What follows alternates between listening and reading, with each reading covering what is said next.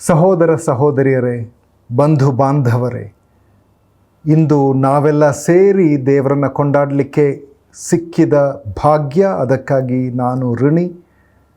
New hope T V ಮುಖಾಂತರ ಸೇಲಾ ಟೈಮ್ಸ್ನ ಈ ಸಮಯದಲ್ಲಿ ನಾವು ಕರ್ತನ ವಾಕ್ಯವನ್ನು ಓದೋಣ, ಧ್ಯಾನಿಸೋಣ, ಭಜಿಸೋಣ. ನಾವು ಯೇಸು ಸ್ವಾಮಿಯ ಮೊದಲನೇ ಬರೋಣದ ಬಗ್ಗೆ ಚೆನ್ನಾಗಿ ಗೊತ್ತಿದ್ದವರು ಅಲ್ಲವೇ? ಕ್ರಿಸ್ತ ಶಕ ಹಾಗೂ ಕ್ರಿಸ್ತ ಪೂರ್ವ ಎನ್ನುವಂಥ ವಿಭಜನೆಯನ್ನು ಮಾಡಿಸಿದವನು ಯೇಸು ಸ್ವಾಮಿ. ಆತನು ಪ್ರಪಂಚಕ್ಕೆ ಬಂದಾಗ, ಕೂಸಾಗಿ ಹುಟ್ಟಿದಾಗ, ನವಜಾತ ಶಿಶುವಾಗಿ ಬೆತ್ಲೆಹೆಮ್ಮಿಗೆ ಬಂದಾಗ, ಮರಿಯಳು ಗರ್ಭವತಿಯಾಗಿ ಆ ಮಗುವನ್ನು ಹೆತ್ತು ಗೋದಲಿಯಲ್ಲಿಟ್ಟಾಗ ಆಗ ಆ ವಿಭಜನೆ ನಡೆಯಿತು. ಕ್ರಿಸ್ತ ಪೂರ್ವ, ಕ್ರಿಸ್ತ ಶಕ. ಹೌದು, ಆದರೆ ಅನೇಕ ರಾಜ್ಯಗಳಲ್ಲಿ, ಕೆಲವು ರಾಜ್ಯಗಳಲ್ಲಿ ಬಿಫೋರ್ ಕ್ರೈಸ್ಟ್ BC ಮತ್ತು ಆ್ಯನೋ ಡಾಮಿನಿ ಅಥವಾ ಕ್ರಿಸ್ತ ಶಕ ಎನ್ನುವಂಥದ್ದನ್ನು ಸ್ವಲ್ಪ ಬದಲಾಯಿಸಿ ಕಾಮನ್ ಈರಾ ಮತ್ತು ಬಿಫೋರ್ ಕಾಮನ್ ಈರಾ BCE ಮತ್ತು CE ಎಂಬುದಾಗಿ ಹೇಳುವುದನ್ನು ನಾವು ನೋಡುತ್ತೇವೆ. ಆದರೆ ಬಹುತೇಕ ಪ್ರಪಂಚದಲ್ಲಿ ಕ್ರಿಸ್ತ ಶಕ ಹಾಗೂ ಕ್ರಿಸ್ತ ಪೂರ್ವ ಎನ್ನುವಂಥ ವಿಭಜನೆಯನ್ನು ಈಗಲೂ ಉಪಯೋಗಿಸ್ತಾ ಇದ್ದಾರೆ. ನಾವು ಎರಡು ಬರುವಿಕೆಗಳ ಬಗ್ಗೆ, ಯೇಸು ಸ್ವಾಮಿಯ ಎರಡು ಬರುವಿಕೆಗಳ ಬಗ್ಗೆ ಸ್ವಲ್ಪ ಧ್ಯಾನ ಮಾಡೋಣ. ಯೇಸು ಸ್ವಾಮಿಯೇ ಹೇಳಿದ್ದು, ನಾನು ತಿರುಗಿ ಬರಲಿದ್ದೇನೆ. ಒಂದು ಸಲ ಬಂದಾಗ ಆತನು ಹೇಳಿದ್ದೇನು? ತಿರುಗಿ ನಾನು ಬರಲಿದ್ದೇನೆ ಎಂಬುದಾಗಿ. ಸಮಯ ಪೂರ್ಣತೆ ಆದಾಗ,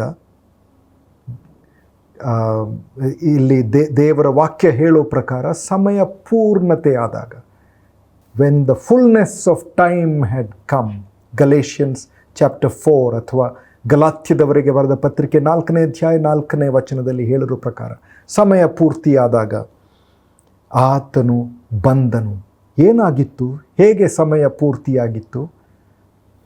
ನಮಗೆ ಸರಿಯಾಗಿ ತಿಳಿಯದು. ಅದು ಕರ್ತನ ನಿರ್ಧಾರ, ದೇವರ ನಿರ್ಧಾರ.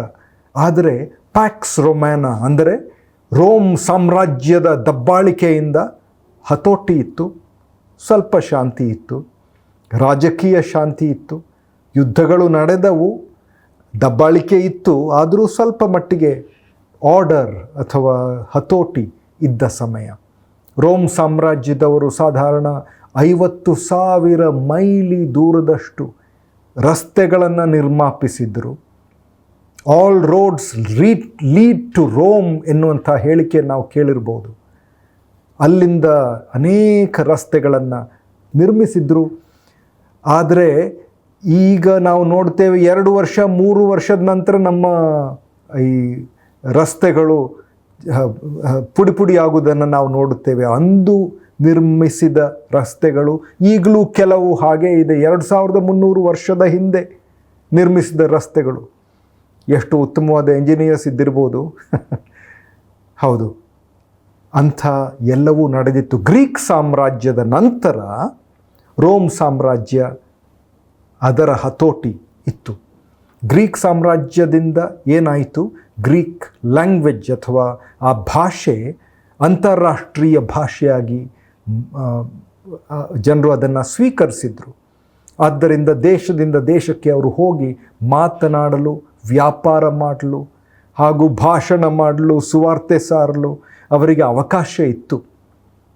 ಎಲ್ಲವೂ ಸಿದ್ಧವಾಗಿತ್ತು. ರೆಡಿ ಆದಾಗ, ದೇವರ ಸಮಯದಲ್ಲಿ, ಸಮಯ ಪೂರ್ತಿಯಾದಾಗ,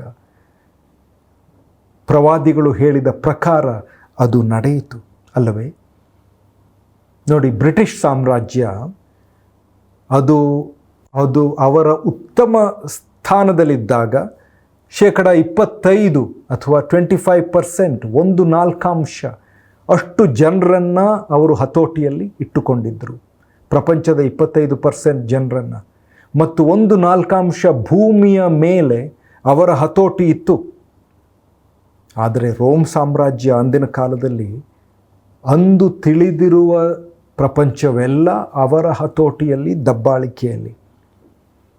ಆ ಸಮಯದಲ್ಲಿ ಹುಟ್ಟಿದ ನವಜಾತ ಶಿಶು, ಮರಿಯಳು ಗರ್ಭವತಿಯಾಗಿ ಹೆರಿಗೆ ಮಾಡಿದಂಥ ಆ ಮಗು ಯೇಸು ಸ್ವಾಮಿ, ಯೇಸು ಕ್ರಿಸ್ತನು. ಆತನು ಹೇಳಿದ್ದೇನು? ತಿರುಗಿ ಬರಲಿದ್ದೇನೆ. ಇದು ಮೊದಲ ಬರೋಣ, ತಿರುಗಿ ಬರಲಿದ್ದೇನೆ. ಜನರಲ್ ಮೆಕಾರ್ಥರ್ ಎನ್ನುವಂಥವರು, ಡಗ್ಲಸ್ ಮೆಕಾರ್ಥರ್, ಜಪಾನೀಯರ ವಿರುದ್ಧವಾಗಿ ಹೋರಾಡಿದವರು. ಎರಡನೇ ಮಹಾಯುದ್ಧದ ಸಮಯದಲ್ಲಿ ಮಿತ್ರ ಪಡೆಗಳನ್ನು ಮುನ್ನಡೆಸಿದವರು, ಅದಕ್ಕೆ ನೇತೃತ್ವ ಕೊಟ್ಟವರು. ಅವರು ಫಿಲಿಪೀನ್ಸ್ ಆ ದೇಶದಲ್ಲಿ ಅವರಿದ್ದಾಗ ಜಪಾನಿಗಳು ಬರ್ತಾ ಇದ್ದಾರೆ ಎನ್ನುವಂಥ ಸುದ್ದಿ ಬಂದಿದ್ದರಿಂದ ಅವರಿಗೆ ಒಂದು ಆದೇಶವನ್ನು ನೀಡಲಾಯಿತು. ಕೂಡಲೇ ನೀವು ಆಸ್ಟ್ರೇಲಿಯಾಗೆ ಹೋಗಿ, ಮೆಲ್ಬರ್ನ್ ನಗರಕ್ಕೆ ಹೋಗಿ, ಫಿಲಿಪೀನ್ಸ್ನಲ್ಲಿ ಇರೋದು ಬೇಡ ಎಂಬುದಾಗಿ ಆಜ್ಞೆ ಬಂದಾಗ ಅವರು ಹೋಗಲೇಬೇಕಾಯಿತು. ಸುತ್ತಮುತ್ತಲೂ ಇದ್ದವರಿಗೆ ದುಃಖ. ಆಗ ಅವರು ಹೇಳಿದ್ದು ಒಂದು ಕಾರ್ಯ, ಅದು 3 ವರ್ಡ್ಸ್, ಐ ವಿಲ್ ರಿಟರ್ನ್, ನಾನು ತಿರುಗಿ ಬರಲಿದ್ದೇನೆ ಎಂದು ಹೇಳಿದರು. ಜನರಿಗೆ ಸ್ವಲ್ಪ ಸಂಶಯ ಇತ್ತು, ಸಂದೇಹ ಇತ್ತು. ಅಯ್ಯೋ, ಬರಲಿಕ್ಕೆ ಸಾಧ್ಯನಾ? ಅವರು ಜೀವಂತ ಉಳಿತಾರಾ, ಬರ್ತಾರಾ, ಹೋಗ್ತಾರಾ ಗೊತ್ತಿಲ್ಲ. ಆದರೆ ಅವರು ತಿರುಗಿ ಬಂದರು. 1942ರಲ್ಲಿ ವಾಗ್ದಾನ ಕೊಟ್ಟು ಹೋದವರು 44ರಲ್ಲಿ ವಿಜೇತರಾಗಿ ತಿರುಗಿ ಬಂದರು. ಆದರೆ ಅವರಿಗೆ ಗ್ಯಾರಂಟಿ ಇರಲಿಲ್ಲ. 100ಕ್ಕೆ 100 ಬಂದೇ ಬರುತ್ತಾರೆ ಎನ್ನುವಂಥ ವಿಶ್ವಾಸ ಜನರಿಗಿರಲಿಲ್ಲ. ಯಾಕೆ? ಅವರು ಮಾನವರು, ಮನುಷ್ಯರು. ಇಲ್ಲಿ ಯೇಸು ಸ್ವಾಮಿ ದೇವಾಧಿದೇವನು, ಕರ್ತಾಧಿಕರ್ತನು ಹೇಳ್ತಾ ಇದ್ದಾನೆ, ನಾನು ತಿರುಗಿ ಬರಲಿದ್ದೇನೆ. ಮೊದಲ ಬರೋಣ, ಎರಡನೇ ಬರೋಣ. ಹೋಲಿಕೆಗಳು ಏನು ಮತ್ತು ವಾಟ್ ಆರ್ ದ ಡಿಫರೆನ್ಸಸ್, ವ್ಯತ್ಯಾಸಗಳು ಏನು ನಾವು ನೋಡೋಣ. ಮತ್ತಾಯ 16ನೇ ಅಧ್ಯಾಯ 27ನೇ ವಚನ, ಮನುಷ್ಯ ಕುಮಾರನು ತನ್ನ ತಂದೆಯ ಪ್ರಭಾವದೊಡನೆ ತನ್ನ ದೂತರ ಸಮೇತವಾಗಿ ಬರುವನು. ಆವಾಗ ಆತನು ಒಬ್ಬೊಬ್ಬನಿಗೆ ಅವನವನ ನಡತೆಗೆ ತಕ್ಕ ಫಲವನ್ನು ಕೊಡುವನು. ಅದು ಬರಲಿದೆ. ಬಂದಿದ್ದು ಮೊದಲನೇ ಬರೋಣ ಏನಾಯಿತು ಗೊತ್ತು? ಅಲ್ಲಿದ್ದ ಆ ಶೆಪರ್ಡ್ಸ್ ಅಥವಾ ಕುರಿಯನ್ನು ಮೇಯಿಸ್ತಾ ಇದ್ದವರಿಗೆ ಆ ಆಹ್ವಾನ ಪತ್ರ ಹೋಯಿತು ಅಲ್ಲವೇ? ಲೂಕ 2ನೇ ಅಧ್ಯಾಯ 13 ಮತ್ತು 14ನೇ ವಚನಗಳು. ಪಕ್ಕನೆ ಆ ದೂತನ ಸಂಗಡ ಪರಲೋಕ ಸೈನ್ಯದವರ ಒಂದು ದೊಡ್ಡ ಗುಂಪು ಕಾಣಿಸಿಕೊಂಡು, ಮೇಲಣ ಲೋಕದಲ್ಲಿ ದೇವರಿಗೆ ಮಹಿಮೆ, ಭೂಲೋಕದಲ್ಲಿ ಮನುಷ್ಯರೊಳಗೆ ಸಮಾಧಾನ, ದೇವರು ಅವರಿಗೆ ಒಲಿಯುತ್ತಾನೆ ಎಂದು ದೇವರನ್ನು ಕೊಂಡಾಡುತ್ತಾ ಹೇಳಿದರು. ಆದರೆ ಎರಡನೇ ಸಲ ಬರುವಾಗ ಏನಾಗ್ತಾ ಇದೆ? ಪ್ರಕಟಣೆ 19ನೇ ಅಧ್ಯಾಯ 11ರಿಂದ 16 ವಚನಗಳು. ರೆವಲೇಷನ್ 19:11-16 ಓದೋಣ, ಗಮನಿಸಿ ಓದೋಣ. ಪರಲೋಕವು ತೆರೆದಿರುವುದನ್ನು ನಾನು ಕಂಡೆನು. ಇಗೋ, ಬಿಳಿ ಕುದುರೆ ನನಗೆ ಕಾಣಿಸಿತು.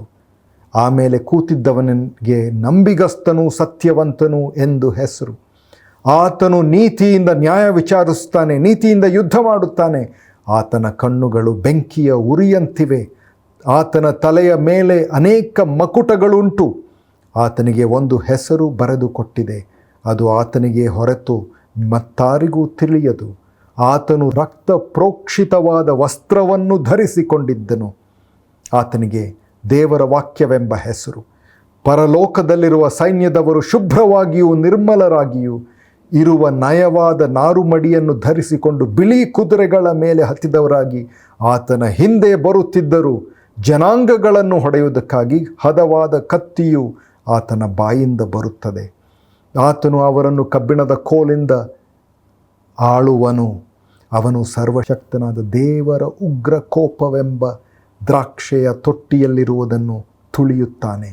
ಆತನ ತೊಡೆಯ ಮೇಲಣ ವಸ್ತ್ರದಲ್ಲಿ ರಾಜಾಧಿರಾಜನು, ಕರ್ತರ ಕರ್ತನು ಎಂಬ ಹೆಸರು ಬರೆದದೆ. ಹೌದು, ಬೆತ್ಲೆಹೆಮ್ ಎಂಬ ಚಿಕ್ಕ ಸ್ಥಳದಲ್ಲಿ ನವಜಾತ ಶಿಶುವಾಗಿ ಭೂಮಿಗೆ ಬಂದನು. ಎರಡನೇ ಸಲ ಬಂದಾಗ ವಿಜೇತನಾಗಿ ದುಷ್ಟರನ್ನು ನಾಶ ಮಾಡುವುದಕ್ಕಾಗಿ ತನ್ನ 1000 ವರ್ಷಗಳ ರಾಜ್ಯವನ್ನು ಸ್ಥಾಪಿಸಲಿಕ್ಕಾಗಿ ಆತನು ಬರುತ್ತಾನೆ. ಮೊದಲು ಬಂದಾಗ ವಿಶ್ವದ ಪಾಪಗಳ ದಂಡವನ್ನು ಪಾವತಿಸಲು ಬಂದನು, ರಕ್ಷಣೆಯ ದಾನವನ್ನು ಕೊಡಲು ಬಂದನು. ಎರಡನೇ ಬರುವಿಕೆ ಖಾತೆಗಳನ್ನು ಇತ್ಯರ್ಥ ಮಾಡಲಿಕ್ಕೆ, ಟು ಸೆಟಲ್ ಅಕೌಂಟ್ಸ್ ಆತನು ಬರಲಿದ್ದಾನೆ. ಮತ್ತಾಯ 18ನೇ ಅಧ್ಯಾಯ 23ನೇ ವಚನ ಓದೋಣ. ಲಕ್ಷ್ಯ ಕೊಟ್ಟು ಗಮನಿಸಿ, ಆದ್ದರಿಂದ ಪರಲೋಕ ರಾಜ್ಯವು ತನ್ನ ಸೇವಕರಿಂದ ಲೆಕ್ಕವನ್ನು ತೆಗೆದುಕೊಳ್ಳಬೇಕೆಂದಿದ್ದ ಒಬ್ಬ ಅರಸನಿಗೆ ಹೋಲಿಕೆಯಾಗಿದೆ. ಅವನು ಮೊದಲು ಬಂದಾಗ ಕತ್ತೆಯ ಮೇಲೆ ಸವಾರಿ ಮಾಡ್ತಾ ಸೌಮ್ಯತೆಯಿಂದ ಬಂದ. ಎರಡನೇ ಸಲ ಬಂದಾಗ ಬಿಳಿ ಕುದುರೆ ಮೇಲೆ ಬರ್ತಾ ಇದ್ದಾನೆ ಎನ್ನುವಂಥ ಚಿತ್ರೀಕರಣ. ಅಂದರೆ ಅರ್ಥ ಏನು?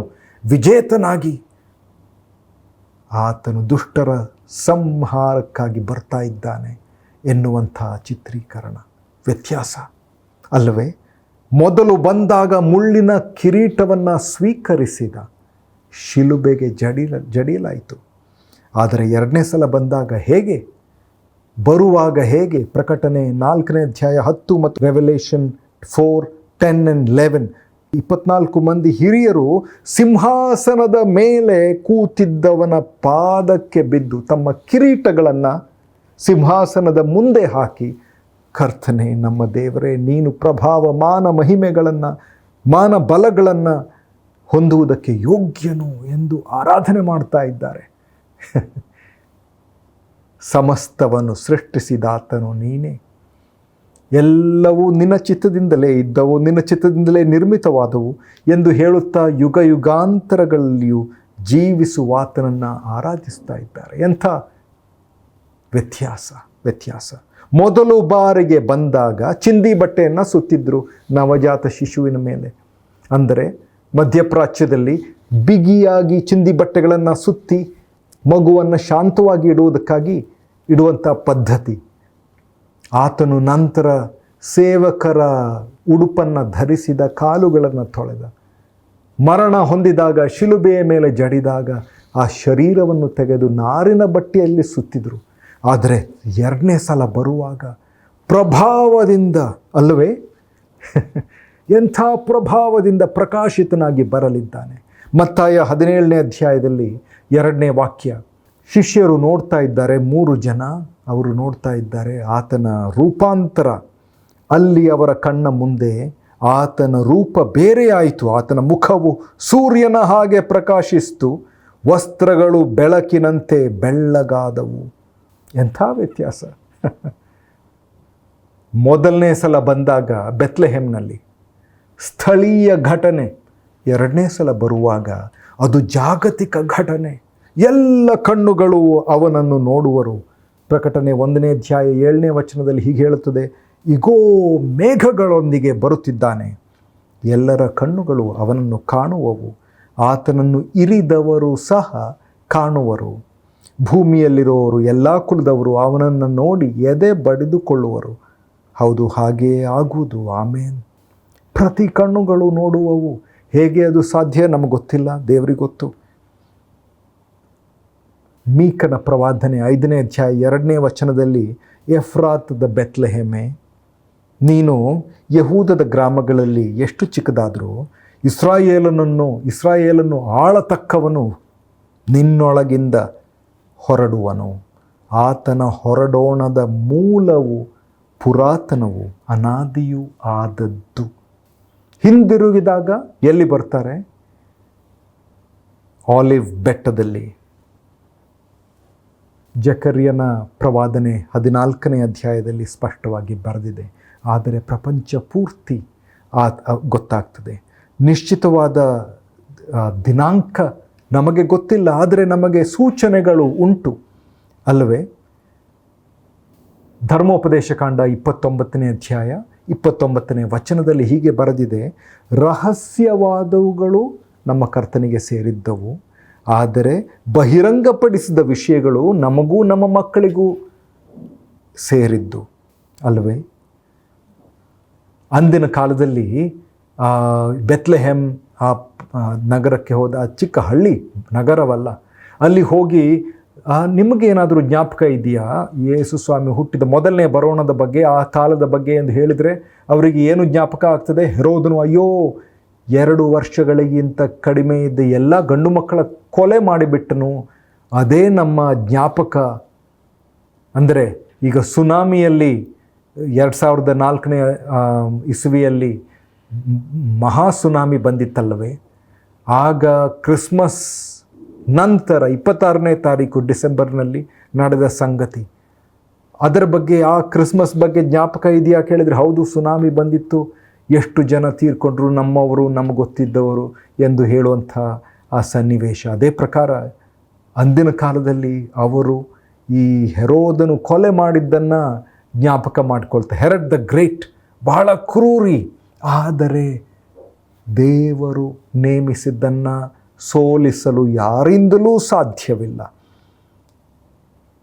ಆತನು ತಿರುಗಿ ಬರುವಾಗ ಎಲ್ಲ ಕಣ್ಣೀರನ್ನು ಒರೆಸಿ ಬಿಡುವನು.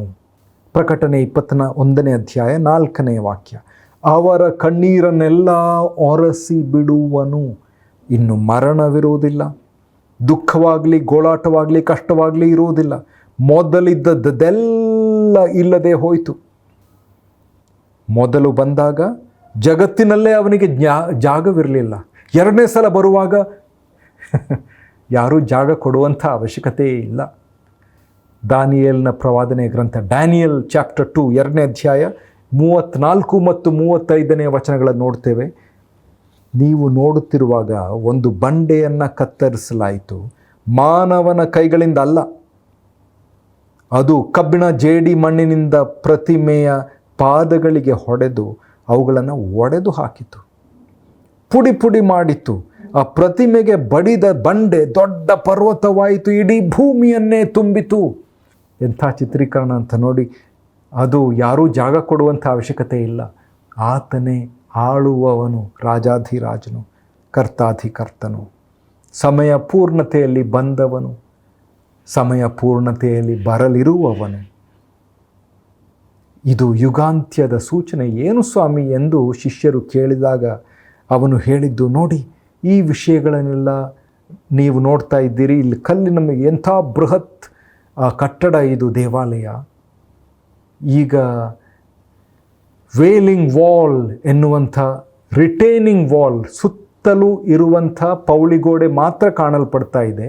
ದೊಡ್ಡ ಕಲ್ಲುಗಳಿಂದ ಕಟ್ಟಿದಂಥ ದೇವಾಲಯ, ಬಹಳ ಸುಂದರವಾದ ದೇವಾಲಯ. ಅವರು ಯೇಸುಸ್ವಾಮಿ ಹೇಳಿದರು, ನೋಡಿ, ಇಂಥ ಬೃಹತ್ ಕಲ್ಲುಗಳಿಂದ ಕಟ್ಟಲ್ಪಟ್ಟಂಥ ದೇವಾಲಯ, ಆದರೆ ಒಂದು ಕಲ್ಲಿನ ಮೇಲೆ ಇನ್ನೊಂದು ಕಲ್ಲು ನಿಲ್ಲೋದಿಲ್ಲ. ಅದೇ ಪ್ರಕಾರ ನಡೆಯಿತು 70ನೇ ಇಸವಿಯಲ್ಲಿ, ಕ್ರಿಸ್ತಶಕ 70ನೇ ಇಸವಿಯಲ್ಲಿ. ಇನ್ನೂ ಕೆಲವು ಸಂಗತಿಗಳು ನಡೆಯಲಿವೆ. ಯೆಶಾಯ 17ನೇ ಅಧ್ಯಾಯ 1ನೇ ವಾಕ್ಯದಲ್ಲಿ ಹೀಗೆ ಹೇಳುತ್ತದೆ, ದಮಸ್ಕಸ್ ಎನ್ನುವಂಥ ಪಟ್ಟಣದ ವಿರುದ್ಧವಾಗಿ, ನೋಡಿ, ದಮಸ್ಕಸ್ ಇನ್ನು ಮುಂದೆ ನಗರವಾಗಿರುವುದಿಲ್ಲ, ಅವಶೇಷಗಳ ರಾಶಿ ಆಗ್ತದೆ ಎಂದು ಸ್ಪಷ್ಟವಾಗಿ ಹೇಳಿದ್ದಾರೆ. ಇನ್ನೂ ಕೆಲವು ಸಂಗತಿಗಳು ನಡೆಯಲಿವೆ, ಇನ್ನೂ ಎಷ್ಟೋ ಸಂಗತಿಗಳು ಈಗಲೇ ನಡೆದಿವೆ. ಆದ್ದರಿಂದ ನಾವು ಸಿದ್ಧರಾಗಿರಬೇಕು. ಮಾರ್ಕ್ ರುಟಿ ಎನ್ನುವಂಥ ನೇಟೋ ಪ್ರಧಾನ ಕಾರ್ಯದರ್ಶಿ ಹೇಳಿದ್ದು, ನಾನು ಪ್ರಾಮಾಣಿಕವಾಗಿ ಹೇಳ್ತಾ ಇದ್ದೇನೆ, ಭದ್ರತಾ ಪರಿಸ್ಥಿತಿ ಚೆನ್ನಾಗಿ ಕಾಣ್ತಾ ಇಲ್ಲ.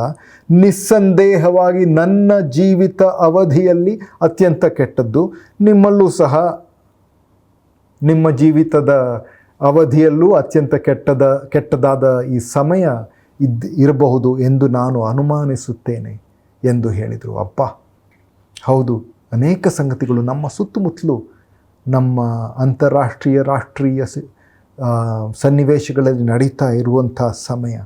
ಆಗ ಯೇಸುಸ್ವಾಮಿ ಹೇಳಿದ್ದೇನು, ಲೂಕ 21ನೇ ಅಧ್ಯಾಯ, ಲೂಕ 21 28ರಿಂದ 31, ಇವುಗಳು ಸಂಭವಿಸಲು ಪ್ರಾರಂಭಿಸಿದಾಗ ಏನು ಮಾಡಬೇಕು? ಎದ್ದು ನಿಂತು ನಿಮ್ಮ ತಲೆಗಳನ್ನು ಮೇಲಕ್ಕೆತ್ತಿ, ಏಕೆಂದರೆ ನಿಮ್ಮ ವಿಮೋಚನೆ ಸಮೀಪಿಸುತ್ತಿದೆ. ಹೌದು ಸಹೋದರ ಸಹೋದರಿಯರೇ, ಇದೆಲ್ಲವನ್ನು ನೋಡುವಾಗ ನಾವು ಭಯಪಡಬೇಕಾದ್ದಿಲ್ಲ. ವಿಮೋಚನೆ ಸಮೀಪವಾಗ್ತಾ ಇದೆ. ಆತನ ಎರಡನೇ ಬರೋಣ ಸಮೀಪವಾಗ್ತಾ ಇದೆ. ಪ್ರವಾದಿಗಳು ಹೇಳಿದ ಪ್ರಕಾರ ಮೊದಲ ಬಾರಿ ಬಂದ, ಎರಡನೇ ಬಾರಿ ಬರಲಿದ್ದಾನೆ. ಬರೋದಕ್ಕಿಂತ ಮುಂಚಿತವಾಗಿ ನಂಬಿದ ಎಲ್ಲರನ್ನೂ ಮೇಲಕ್ಕೆ ತೆಗೆದುಕೊಂಡು ಹೋಗುವಂಥ ರ್ಯಾಪ್ಚರ್ ಎನ್ನುವಂಥ ಸಂಗತಿಯು ನಡೆಯಲಿದೆ. ಆದ್ದರಿಂದ ನಾವು ತಲೆಗಳನ್ನೆತ್ತಿ ಸಿದ್ಧರಾಗೋಣ. ಆತನ ಬರೋಣವನ್ನು, ಪ್ರತ್ಯಕ್ಷತೆಯನ್ನು ಎದುರು ನೋಡೋಣ. ಬರಲಿದ್ದಾನೆ. ಸಿದ್ಧರಾಗಿದ್ದೀರಾ? ನಾವು ಸಿದ್ಧರಾಗಿದ್ದೇವೆಯಾ? ನಮ್ಮ ಹೃದಯಗಳು ಸಿದ್ಧವಾಗಿದೆಯಾ? ಆ ಪ್ರಶ್ನೆಯನ್ನು ನಾವು ಕೇಳಬೇಕಾಗಿದ್ದು ಇಂದು.